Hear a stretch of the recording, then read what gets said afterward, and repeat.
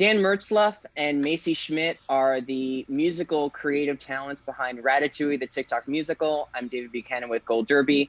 Dan, I want to start with you as music supervisor and composer on the piece, because your involvement really started almost at its inception. So I'm wondering, what did you hear in Emily Jacobson's original shorts song for Ratatouille that you said, okay, I want to write an arrangement for this?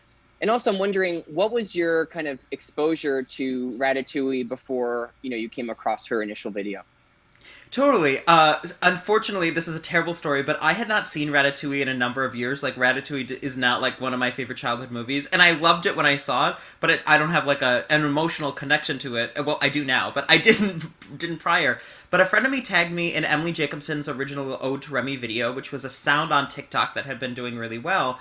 And I thought it was really funny, and I had had a couple of other things go viral that were musical parodies, and it immediately just screamed end of Act 2 Disney finale. I mean, what a better way to end a musical than with May the World Remember Your Name. Like, you can just imagine that happening on stage. So I decided to give it the full, like, Alan Menken, Howard Ashman, with Danny Trube orchestration treatment of the classic, like, 90s Disney movies.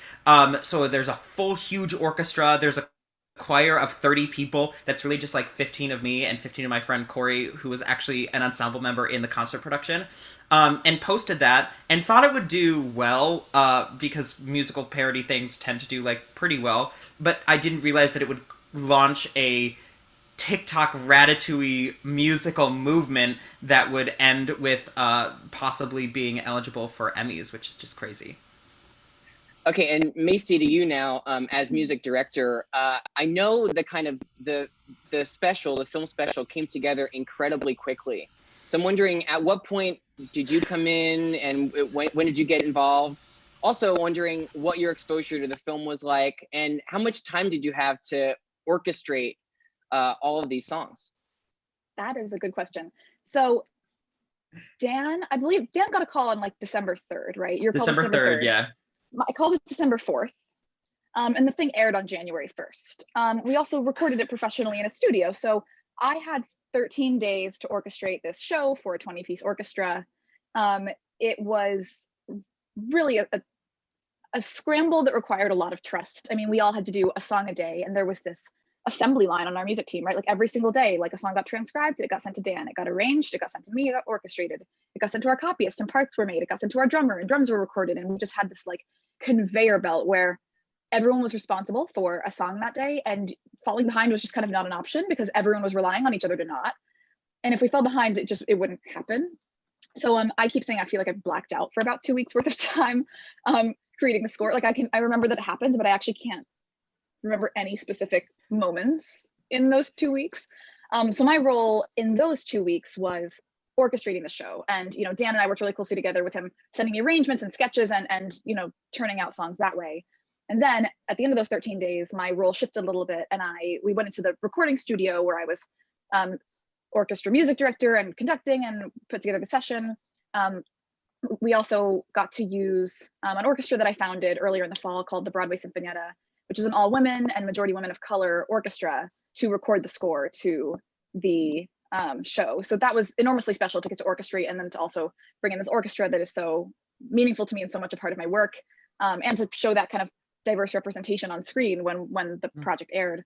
But yeah, from there, it was just kind of like, the challenges in recording in person at a high quality level during COVID are immense, and it just kind of added layers of obstacles that would not have been there if we could have just put the orchestra in a studio and recorded it traditionally. We separated them into sections, so we recorded the whole score in a day, but actually we recorded it 4 times over in a day, because the strings came in and they recorded the whole score for a handful of hours, and then the woodwinds came in and they did that again, and then the brass came in and they did that again. So it was, you're right that it was incredibly fast, but we all keep saying like this music team was just astonishing. Like it couldn't have happened without every single person who was contributing to it, and the trust we all had in each other was rock solid.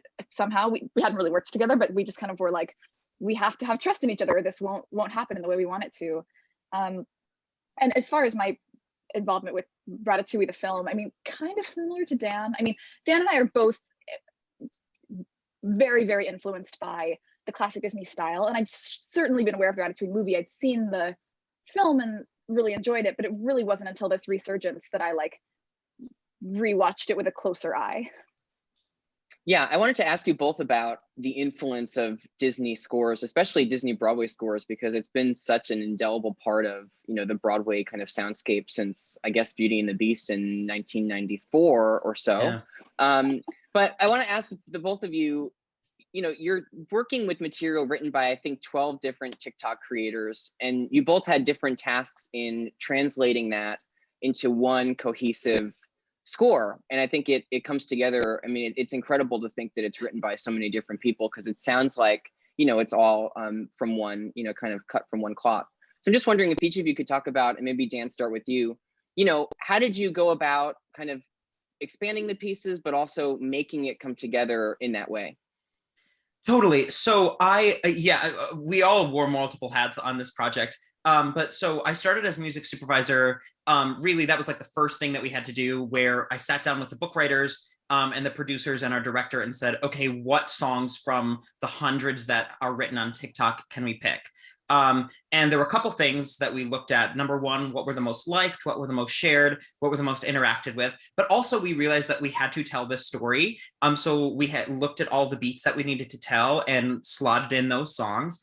And then we realized that there were two places that were sort of missing songs, which was the opening. And we knew that it was going to be Kevin Chamberlain's Anyone Can Cook. That was the overarching basis for the opening, but we also had to establish that Remy was going to be the narrator, that how the story was going to be told, and all of that introduction. So I worked with a brilliant lyricist named Kate Leonard, and we wrote what's called Remy's introduction that's inserted as part of that opening number. And then we also realized that we needed an I Want song, which is such a standard part of all musical theater, but especially those classic Disney movies. I mean, Part of Your World is the perfect I Want song. I want to be where the people are. I want to see them dancing.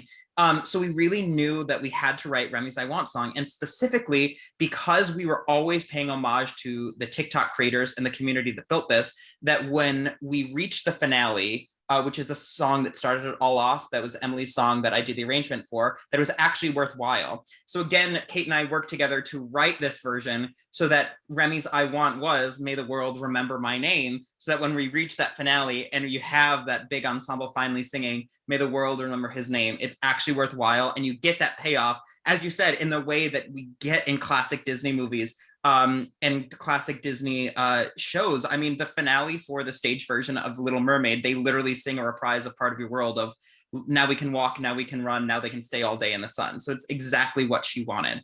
So we were very acutely aware of that. And then finding cohesion within all of that, because I also served as the arranger for the entire piece, writing all the underscore, rewriting all the parts, because a lot of these were, 59 seconds long. So expanding them into full songs and finding the cohesion in that was something that was really important to us, and that Macy and I talked about a lot, because it was not only just the arrangements, it was also the orchestrations, and both of those things had to work simultaneously hand in hand to find cohesion within all of those different writers. Yeah, absolutely. And, I think that Dan and I got unbelievably lucky, and we knew each other socially, but this was the first time that we had worked together professionally. And I think we got unbelievably lucky in that we have almost identical musical vocabularies. So where there was a shortage of time to communicate about exactly what we wanted in a thing, we kind of got the gift of being able to read each other's minds, because we have the same influences and vocabulary and like what has driven us to be music makers. I have gotten asked in interviews sometimes, like, oh, where did you decide you want to be an orchestrator? Like, where did it all start? And like, it is the cheesiest answer, but like, Disney is just immersive theater. Like, Disney World is just a like immersive theater park. And like, I was so heavily influenced by all of that. And so it just was so obvious what it all wanted to sound like and feel like. And, I could tell from all of Dan's piano sketches, like what we wanted this end goal sound to be. And, between the two of us, we were tasked with taking songs by 14 different people and making it feel and sound like, not that necessarily that it could have been all written by one person, but that maybe those 14 people had all been in a room together collaborating and doing it not in isolation. Whereas obviously they created those pieces on their own and posted them to TikTok. So there was also for me a lot of like wanting to maintain the integrity of like the versions of those songs we all got very attached to on TikTok, right? So like if there's a tango number, we're like, it's been streamed millions of times and everyone wants to hear that like accordion opening. I know that accordion opening needs to be in there, but I also know that I can't have a score where the accordion comes out of nowhere because we're doing a remote recording and plays on one song. So like infusing all of those pieces from specific TikToks into the entire score so that it can feel cohesive, but also can honor what the creators originally made in those TikTok versions was kind of like my biggest challenge of it all. Yeah, and speaking of like honoring what was originally there, Dan, I want to ask you, how closely did you get to work with those composers on expanding some of the pieces? Because not all of them are, you know, full length, you know, Broadway style songs. So, and I know you wrote additional music and you worked with lyricists who you just mentioned. So what was it like, you know, working with those other composers in fleshing out what they, you know, originally wrote? It was so fun, and everything was on varying levels. Some of them were very, very involved, and some of them we just didn't really have time, or you know, they were busy with other things. So there was lots of varying levels. Like Kevin Chamberlain was a joy to work with, and I really, really had to expand his piece so that it felt worthy of an opening number. And we talked about it a lot, and then it got to the point where I called him and was like, "Hi, I wrote this big ending, but I need 6 new lines from you." And instead of sending me 6, he sent me like, "Here's 15 different options that then you can pick whatever matches the most." Or Gabby Bolt, who wrote "Trash Is Our Treasure." Which is, she's from Australia. Like, she was a songwriter from Australia, and now she's able to be in this. So like, also just the accessibility of all of this is so exciting. Or we have Blake Rouse, who is a 17-year-old from Colorado, who was so excited because no one had ever touched his music besides himself before. So showing him like what I had decided to do with that, and talking to him about the direction that I wanted to take a song was really exciting. So everyone was involved on very different levels, but it was so fun to feel collaboration in a way that I hadn't felt since the beginning of the pandemic. Not only with all the writers, but with our entire music team and the rest of the creative staff. Yeah, and Macy, can you talk about writing orchestrations for the piece that were, you know, not only trying to evoke place, because obviously the film is set in a very particular time and place, Paris, but also, can you talk a bit about, I mean, it feels like a lot of the orchestrations, and maybe Dan, you too, the arrangements, are really tailored to the vocal styles of the performers, the incredible performers that you were able to get for this. When were you, like, did you know who was going to be cast? Could you tailor your arrangements and orchestrations to them? Or, I mean, what was that like? Because it seems like it worked out that way, right? It seems like it worked out that way. I really wish I could tell you, like, yes, absolutely. I was like, let me just study Andre de Shield's voice and write this around him. That was not, unfortunately, not how it went down. You know, on December 4th, when I was told you're going to orchestrate this show, we were finding out who was cast about halfway through the process of that black hole of churning out music. And the whole time, like when I did Remember My Name, the orchestrations that I wrote for Remember My Name were very, very key specific. Like I wrote a lot of things on like the brinks of ranges where I was like, oh, if we should change the key, I will have to redo this. But I was like, I need to do the chart. Like, I can't wait to see who ends up playing Remy. And I remember I would text Dan and be like, oh my goodness, I hope whoever is Remy can sing in this key. Luckily, Titus obviously could sing in the key. But like, I was very like, oh my goodness, like I'm almost expecting to have to redo a lot of this. So there was a lot of like hedging our bets in how we used our time. While I think in a traditional process, like often things get done by a department and then turned over to the next department, then turned over to the next department. Whereas this was like, everyone was working simultaneously and then hoping that like it all just matched up at the end, which it very, very thankfully did, but it could have easily gone the other direction. So it was more of needing to anticipate all of the different like unexpected turns that it could take and be prepared to catch up to those depending on what happened. It was very, very hurried. Yeah, and luckily our casting director, Taylor Williams, is absolutely brilliant. And we had general ideas of who we wanted to do it. Like we knew Rat's Way of Life, which was Adam Lambert. We knew that was a rock song. So we were looking for someone with that. We knew Remy was going to be a big belter. So we knew those specific things, but yeah, we had no idea. And I remember there were talks of Titus, but he hadn't signed on yet. And I was like, I'm just going to take a bet that it's going to be him and really hope, because I bumped Remember My Name up a whole step because I knew it would be too low for him if we went with the original key before I sent it to Macy. And I was like, I hope it's him. Otherwise, this is going to be really high for someone. It worked out. It did. It did. And Macy, can you talk a bit about, you mentioned earlier working with the orchestra that you founded, the Broadway Sinfonetta. Can you just talk about putting that group together and also giving opportunities for all of these women and predominantly women of color to work during the pandemic, which, you know, I mean, the shutdown lasted so much longer than anybody could have ever anticipated when it started, but this seems like such a brilliant outlet for people to work. Absolutely. Well, first of all, thank you. Yeah, I had the idea for the Sinfonetta actually less than a year ago. So like at the end of last summer, I was just like, you know, there were a lot of big conversations happening in the Broadway community and in entertainment community in general about racial justice and lack of opportunities and just kind of like the ways in which marginalized groups have not received the same opportunities. I think that's true for women. I think that's true for people of color, but I think it's doubly true for women of color. And you know, I'd had a lot of personal experiences supporting that marginalization, and I just kind of really always wanted to do that. And I remember when we got into the studio to record a debut piece in September of 2020, I was all very riled up about like the racial equity of it all. I was like, we're gonna get in here and like show everybody the work that we can do. And I was actually very quickly humbled to hear from the players that like that session, the debut session that we did for the Sinfonetta was the first time that they'd been paid to work since the shutdown in like 6 months.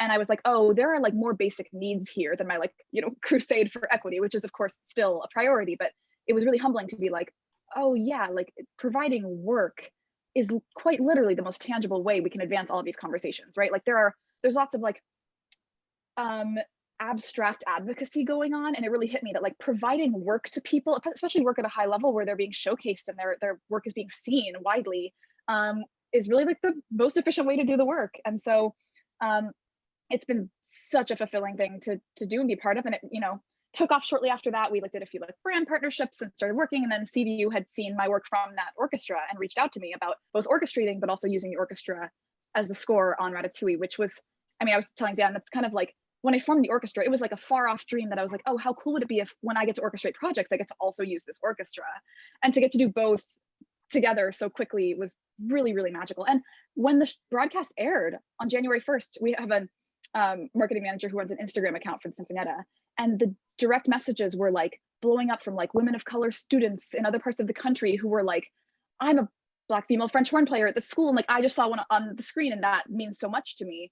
And I was like totally in tears during the broadcast, being like, it means something to put that on screen and to like, you know, show representation and for people to see themselves, people to see what they could be in that way. So that was really, really meaningful, and I'm really grateful to CVU for prioritizing that. Yeah, that's wonderful. And finally, for both of you, can you just reflect on and think about and talk about like just how huge this became? I mean, it raised over, I think, 2 million or more for the Actors Fund, which is incredible, and has been viewed hundreds of thousands of times. Can you just talk about like, what has the ride been like for both of you? I mean, it still feels very surreal. And, you know, we say that December was a black hole because of just like how quickly everything was, but it also was a black hole within the black hole of the pandemic. So it sort of is unbelievable to think about it actually happened. But I think, as you said, the two most exciting things for me are, one, raising $2 million for the Actors Fund, because since the beginning of the pandemic, they've given over $18 million in relief funds to theaters all over the country. And it was the singular biggest fundraiser they've ever had, which was exciting. But I think the biggest thing was being able to take what had been built online by the incredible TikTok community of theater lovers and creators who just missed our art form so much, and being able to honor them in a way that was thankfully received well. And something that we talked about a lot in the process was making sure that we were always honoring those TikTok users, because yes, Emily and I's videos started it, but our work on the project is just as important as a kid in Missouri who duetted one of the songs and sang along. Every single person who interacted with it and contributed to the TikTok movement was just as important to creating that, and being able to honor them in the way we did is the most exciting part to me. And that I was able to work with all these incredible people. But yeah, I mean, it really, really feels surreal that it even happened, let alone to the scale that it was appreciated. And I'm really happy to support the incredible TikTok community. Yeah, totally. Absolutely seconding all of that. You said that very, very well. I also think that, you know, working on Broadway and mostly working on like theater shows in New York at the Broadway level, it's like things can be very insular in the sense where like things that like make the headlines in Broadway don't often make the headlines in like the world. And I think it was really exciting after like such a lack of, I mean, a lack of new art being made during the pandemic, but particularly a lack of theater focused work being made. Um, you know, people in my network who have nothing to do with theater, who like never know anything about like a show that I'm working on here, like family members around the world, friends who work in completely different industries. It was like really moving that like everyone kind of corralled around this. It just, it had such a huge reach that like, I remember right when the shutdown happened, there was like a digital gala for like Sondheim's birthday that like everyone watched, and it was like this experience of like everyone watching the same thing at the same time during the pandemic was such like a heavy moving thing. And the next time that I really felt that was in Ratatouille, is like all of us watching the same thing at the exact same time and interacting with each other about it. And that experience was really, really special. And I think that it was something we all needed, but also like starting 2021 off with it was really I mean, it was a rushed timeline, but a good decision to start 2021 off with it.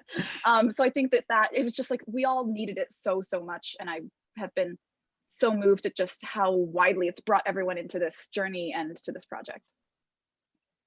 Macy Schmidt and Dan Mertzlufft, congratulations on Ratatouille, the TikTok musical. And thanks so much for talking to Gold Derby today. Thank you so much.